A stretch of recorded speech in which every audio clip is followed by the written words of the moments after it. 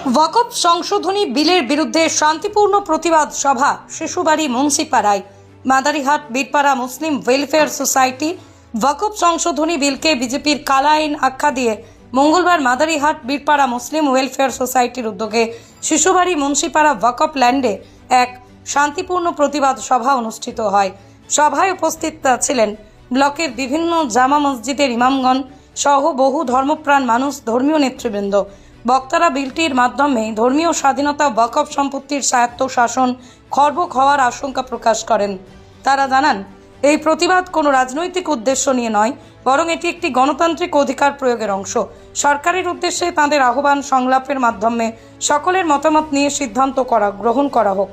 পুরো সভাটি শান্তিপূর্ণ পরিবেশে সম্পন্ন হয় এবং স্থানীয় প্রশাসনের পক্ষ থেকে পর্যাপ্ত নিরাপত্তা নিশ্চিত করা হয়।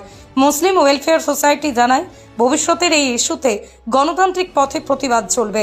এই সভা স্পষ্ট বার্তা দেয়, ধর্মীয় অধিকার রক্ষায় সমাজ ঐক্যবদ্ধ, সচেতন ও শান্তিপূর্ণ।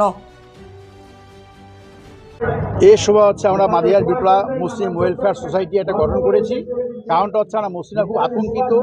কেন্দ্রীয় সরকার মুসলিম বিরোধী একটার পর একটা যে আইন পাশ করছে, সর্বশেষ মুসলিম বিদ্বেষী একটা আইন ওয়াকফ সংশোধন 2025 আইন তৈরি করছে।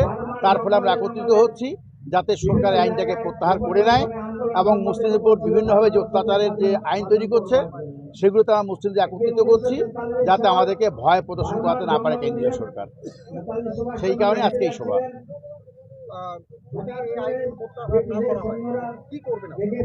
দেখুন, একজন ভারতীয় মুসলিম হিসাবে বা ভারতীয় হিসাবে আইন মানা আমার ওয়াজিব। ধর্মবাস আইন আমাকে মানতেই হবে। তো যতক্ষণ পর্যন্ত প্রত্যাহার করবে না ততক্ষণ আমরা আমাদের আন্দোলনকে জারি রাখবো। ইউসুফ আলী, বাড়ি শিশুবাড়ি, রাঙ্গালিবাজার অঞ্চল। আজকের যে সভা, মূলত আমাদের সবার মূল উদ্দেশ্য হল কেন্দ্র সরকার যে 2025 ওয়াকফ সংশোধনী আইন নিয়ে এসেছে, এটা আমরা বুঝতে পেরেছি যে সমস্ত ক্রাইটেরিয়া, যে সমস্ত অ্যামেন্ডমেন্ট করা হয়েছে সেগুলো সম্পূর্ণরূপে আমাদের ইসলামিক বিরোধী, মুসলমান বিরোধী হচ্ছে। সেটার বিরুদ্ধে আপামর মুসলমান সমাজ মাদারিহাট বীরপাড়া ব্লকের আমরা জমায়েত হয়েছি এটাকে প্রত্যাহারের দাবিতে, এবং আমরা আইনের উপর বিশ্বাসী, আদালতের বিচার ব্যবস্থার উপর বিশ্বাসী। আমরা আশাবাদী যে এই আইন আগামী দিনে প্রত্যাহার হবে। আমার নাম শের আলম। এটা শিশুবাড়ি, রাঙ্গালিবাজার গ্রাম পঞ্চায়েত।